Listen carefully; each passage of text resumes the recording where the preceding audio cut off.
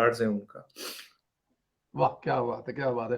अच्छा डॉक्टर साहब, तकरीर से शुरू करते हैं। वजीर आजम की तकरीर से अब देखा आपने कि बड़े पुरंदाज में उन्होंने कहा है कि अपोजिशन जाल में फंस गई है, कप्तान की चाल में फंस गई है, अदम इत्मीनान नाकाम होगी, अपोजिशन 2023 के इलेक्शन से भी जाएगी।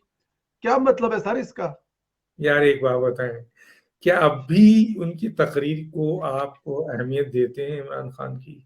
आज एक कन्वेंशन सेंटर पे किसी ने मुझसे पूछा, मैं वॉक कर रहा था, जी तो मुझे पूछा है कि डॉक्टर साहब, जाहिर है लोग जानते हैं मैं मीडिया से बिलोंग करता हूँ तो लोग मालूमात लेते हैं।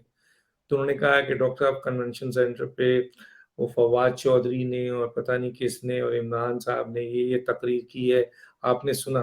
तो मैंने उनसे कहा कि यार मैं मगर आप लोग तकरीर सुनते हैं? तो दो तीन लोग और भी साथ में थे, तो उन्होंने भी यही कहा कि सर हमने तो बरसों छोड़ दिया है तकरीर सुनना।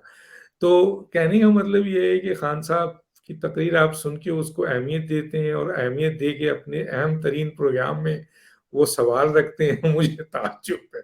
बहरहाल अब आपने सवाल पूछा है तो मैं उसका जवाब दे देता हूँ। देखिए, जाल में तो वो खुद फंस चुके हैं, इसलिए कि वो उनको बहुत गलत मशवरे दिए जाते हैं।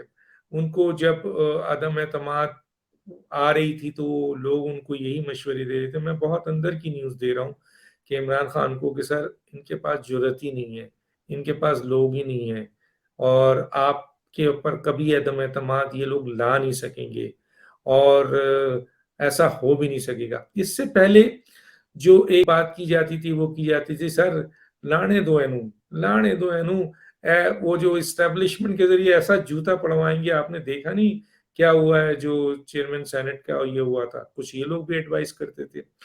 बहरहाल जब ये अदम एतमाद आई और हकीकत हो गई तो ताज्जुब तो हुआ होगा इमरान खान को, लेकिन बहरहाल उनको उस वक्त बड़ा वो रोक था, लेकिन आगे चीजें बढ़ती रहीं। फिर उनको किसी ने एडवाइस दिया, पता नहीं कौन सा मशीर है, अल्लाह उसको करवट करवट जन्नत नसीब करे, कि इमरान खान को उसने कहा कि सर ये लोग वोट डाल ही नहीं सकेंगे और इनका वोट जो है स्पीकर रिजेक्ट कर देगा। तो ये जब हमने सुना किसी जगह पे पढ़ा तो फिर हमने अपने एज ए तालिब इल्म हमने वाज़ेह किया, और फिर धड़ाधड़ ये चीजें सामने आ गई कि भाई कानून और आइन के मुताबिक स्पीकर की जो पोस्ट होती है वो एक पोस्ट ऑफिस की पोस्ट है, इसके अलावा वो कुछ नहीं कर सकता। और प्रोसीजर भी बता दिया कि जनाब बिल्कुल वो आएंगे और वोट डालेंगे और वोट कास्ट भी करेंगे और वोट उनका काउंट भी होगा। उसके बाद इमरान खान अपने लोगों के साथ शोकाज दें, पर्सनल हेयरिंग दें, उनके लिए लेटर भेजें, फारिग करें उनको, डिसीट करना चाहें, फिर वहां से वो पोस्ट ऑफिस बन के चला जाएगा इलेक्शन कमीशन, और इलेक्शन कमीशन इनको डिसीट कर देगा, वो भी एक आध महीना लगेगा। तो फिर ये जब बातें सामने आई तो फिर इमरान खान साहब कुछ दिनों पहले कह रहे थे कि मेरे पास ऐसा हथियार है, ऐसा हथियार है, ये जितने भी लोगों को लेना चाहे ले लें, लेकिन ये मुंह की खाएंगे, मैं इनको ऐसी शिकस्त दूंगा। तो उनका ये ख्याल था कि जब ये इलेक्शन आपके अदम एतमाद पेश होगी और ये जो इनके इनके अराकीन टूटे गए हैं, ये जब खड़े होकर वोट देंगे तो स्पीकर डिस्कार्ड कर देगा और इस तरीके से आपके अपोजिशन 172 वोट साबित नहीं कर पाएगी, और उसी का काम है कि वो 172 वोट करे। क्योंकि अगर इनका वोट काउंट नहीं होता है तो वो इमरान खान साहब की भी अक्सरियत खराब होती है। लेकिन पहले जो था, पहला जो केस बनेगा वो ये तो बनेगा कि अपोजिशन 172 पूरे करे, क्योंकि उसने अदम एतमाद लेके आई है। तो उनको फिर जब बताया गया, फिर स्पीकर बड़े बड़ी बड़कियां मार रहे थे, फिर उनको नेशनल असेंबली के सेक्रेटरी, जाहिर है वो लोग कानून जानते हैं, उन्होंने बताया, फिर अटॉर्नी जनरल ने बताया, फिर कुछ और लोगों ने बताया, तब इमरान खान साहब के होश तोते उड़ गए कि भाई मेरे पास तो ये एक चाल थी और बहुत ही खतरनाक थी, इसलिए मैं इनको लिफ्ट ही नहीं करा रहा था। फिर उन्होंने भागना शुरू किया, कभी इस दर पे कभी उस दर पे। वो मरियम नवाज साहबा का एक जुमला मुझे याद आता है जी, कभी इस दर पे कभी उस दर शेर पे, था कभी वो। दर बदर कभी दर बदर। तो वो मुसलसल ये कर रहे थे, लेकिन उसमें भी इनको कामयाबी नहीं हुई। अब सवाल ये पैदा होता है कि जाल में वो फंस चुके हैं, असम्बली तोड़ने का इख्तियार उनके पास से ख़त्म हो चुका है, अदम एतमाद पेश कर दी गई है, आइनी और कानूनी तौर पर 14 दिन के अंदर इजलास बुलाना और 7 दिन के अंदर उस पर काउंटिंग कराना आईनी तकाजा है। अगर ये स्पीकर नहीं करता है तो उस पर गद्दारी का मुकदमा बनेगा, आइन की खिलाफ वर्जी, आइन तोड़ने का मुकदमा बनेगा।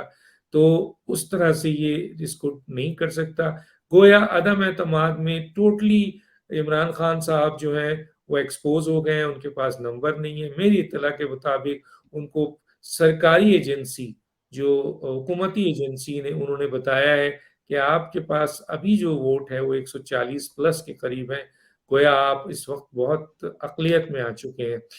हालांकि अभी इत्तेहादियों का एक सिलसिला बाकी है, और उन्होंने अगर फर्ज कीजिए अपोजिशन के साथ जो मामलात उनके सारे तय हो चुके हैं, अगर वो 1-2 दिन में आपके ऐलान कर देते हैं कि हम आपके अपोजिशन में बैठेंगे और अपने वज़रा को इस्तीफा दे देते हैं, तो फिर तो अदम एतमाद से पहले सदर को फौरी तौर पे असेंबली का इजलास बुला के इमरान खान से कहना पड़ेगा कि आप अक्सरियत शो करें। तो एक तरफ ये 20 अराकीन, जो टोटल 20 अराकीन है, जो टोटल इंटैक्ट हैं, 20 अराकीन टोटल इंटैक्ट हैं, 10 अराकीन ऐसे हैं जिन्होंने वादा किया हुआ है, और फिर इत्तेहादी जो है वो आ गए। तो फिर इमरान खान, तो ये सारी चीजों में जो चारों तरफ है वो है, वो जाल बन रहा है किसके खिलाफ? एक फॉरेन फंडिंग केस आज सुन लीजिए, उसको उसमें ही भाग गए इमरान खान साहब, और वो केस आखिरी मराहिल पे है, क्योंकि वो डॉक्यूमेंटेशन सारी सबूत खुद इलेक्शन कमीशन, स्क्रूटनी कमेटी और आपके स्टेट बैंक ऑफ पाकिस्तान का है, और इमरान खान साहब उसका जवाब ही नहीं दे रहे हैं, वो बार बार पूछ रहे हैं। गोया आज उनकी ये रिक्वेस्ट भी मुस्तरद कर दी गई।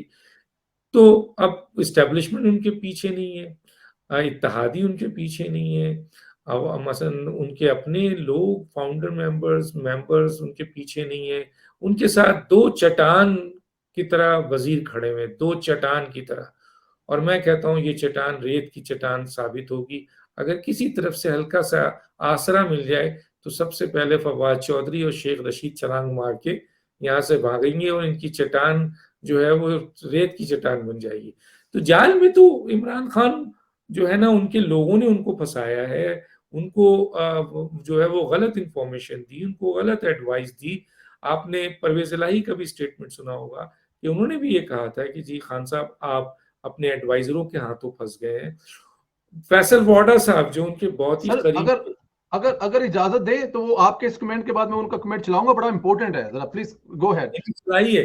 फैसल वाडा का भी मैं एक जुमला, वो तो खैर जहनी तौर पर बड़े परेशान है क्योंकि उनको नाअहल कर दिया गया है, और जी आज जो है वो नोटिफिकेशन रोकने के लिए कहा था उनका, आपके निसार कोड़ो का जो सेनेटर बने उनकी जगह, तो वो भी मुस्तरद हो गया।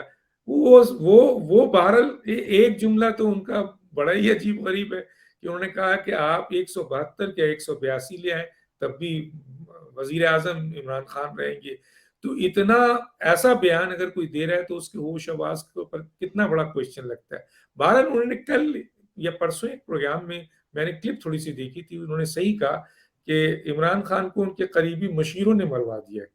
तो जाल में इन्हीं मुशीरों ने मरवाया है, और अभी भी आप इमरान खान। चाहते हैं कि मैं आपको वो क्लिप सुना दूं? अगर इफ इफ सुना यू दे सुना दे ओके सुना दे ओके, भाई, ये सुन ले। को। जी जी जी जी। ये सब सिचुएशन की वजह क्या बनी?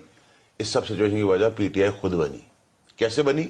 वजीर आजम के पास इल और बुज़दिल एडवाइजर्स हैं, उनमें 2-3 तो ऐसे हैं जो कभी अपनी शेरवानी और पजामा लेके फिर रहे होते हैं सिलवाने के लिए। एक टेलर के पास गए, उसने कहा एक ने पजामा सिलवाने का, एक ने शेरवानी का। दोनों का साइज बड़ा डिफरेंट है, या 3 का बड़ा डिफरेंट है। इल एडवाइजर्स के पास ये अगर खबर चलाएंगे, बड़ी खबर चलाएंगे, चलाए बड़े बिलबोर्ड में चलाए सर, मुझे डर थोड़ी किसी का बाप का। ये इल इन्फॉर्म्ड और बुज़दिल ये हैं कौन कौन? ये वही जो इर्द गिर्द प्राइम मिनिस्टर के जो खड़े, जिनको अपने घर के भी वोट नहीं मिलेंगे। हम तो डे वन से कह रहे हैं, हम तो पहले दिन से प्राइम मिनिस्टर के साथ चले हैं आज तक, मॉरली, इमोशनली, एथिकली, फाइनेंशियली हम प्राइम मिनिस्टर के साथ। तो जो प्राइम मिनिस्टर के जो करीबी लोग हैं वो प्राइम मिनिस्टर को धक्का देने वालों में शामिल है? धक्का देने वालों में नहीं, प्राइम मिनिस्टर को तबाही के रास्ते पे ले जाने वाले वही है। धक्का भी वही है ना, धक्का वो तो कह रहे हैं डिस्ट्रॉय कर दिया उन्होंने। सर मैं नाम बता दूं क्योंकि उन्होंने नाम नहीं बताया, तो बाद में डॉक्टर आमिर लियाकत ने वो नाम भी बता दिए। वो ट्वीट काफी शायद आपने भी देखा, उन्होंने कहा जी इनमें एक फैसल जावेद खान साहब है, अली जैदी, शहबाज गिल और इमरान इस्माइल भी इसमें शामिल है। ये 4-5 लोग हैं जो उसके करीबी हैं, जो उसको गलत गाइड कर रहे हैं। इसके अलावा लीगल एडवाइस तो ये नहीं देते होंगे ना, जी लीगल एडवाइस जो है, एडवाइजर जो है वो तो कोई और लीगल एडवाइजर भी ना, और भी लोग हैं बाबर अवान। इमरान खान की तबाही में जो मुशीर हैं वो कोई एक दो नहीं है। इमरान इस्माइल हैं, या आपके खुद फैसल वाडा भी उनमें शामिल है, माजरत के बिल्कुल साथ। ठीक। जी जी तो जी। बड़ी तादाद है। आजम खान है उनके प्रिंसिपल सेक्रेटरी हैं। किचन काबीना है, जो मेन किचन काबीना 5 अफराद हैं, वो तो आपने उनमें से किसी एक का नाम भी नहीं लिया, एक का नाम मैंने ले दिया। तो ये तो छोटे छोटे एडवाइजर हैं, ये जो आप गिल छिल का नाम लेते हैं ना, ये छोटे छोटे गिट्टू गिट्टू है। गिट्टू। ये गंदे गंदे एडवाइजर है, माजरत।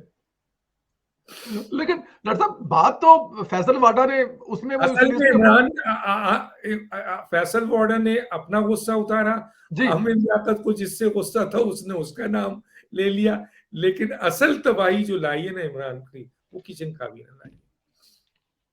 लेकिन किचन कैबिना में डॉक्टर साहब वो एक नाम आपने ले दिया, बाकी अभी आपके पास अमानत है, वो आपने कहा था कि हमारी प्रोग्राम किचन किसी को काबीना मेन है, और इसके अलावा लीगल पोजीशन पे जो उनके पास जो लोग भी लीगल बैठे हैं, वो जो मईशत के लोग हैं वो मईशत के एडवाइजर हैं जो तबाही डाल रहे हैं।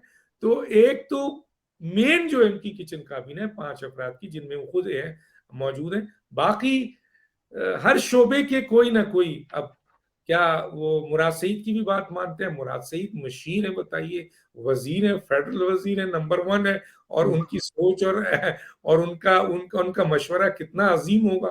तो बड़े एडवाइजर है। एडवाइजर बड़े हैं डॉक्टर साहब।